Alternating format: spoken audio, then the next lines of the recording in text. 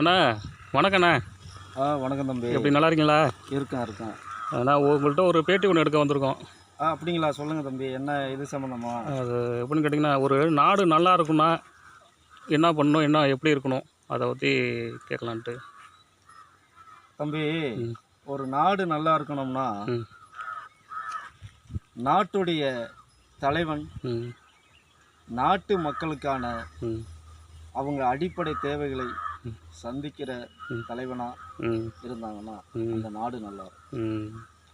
ஒரு ஊர் நல்லா இருக்கணும்னா அந்த ஊர்ல உள்ள தலைவன் மக்களுடைய சேவை அறிந்து செயல்படணும்.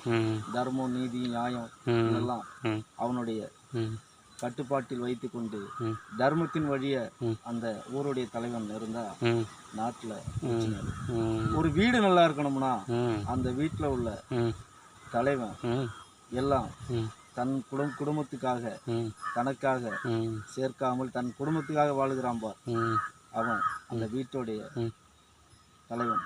ஸோ இந்த மாதிரி மூன்றும் சிறப்பாக இருந்தால் நாட்டுல எந்த வன்முறையும் இல்லை, நாடு எப்பொழுதும் செழிப்பாதான்.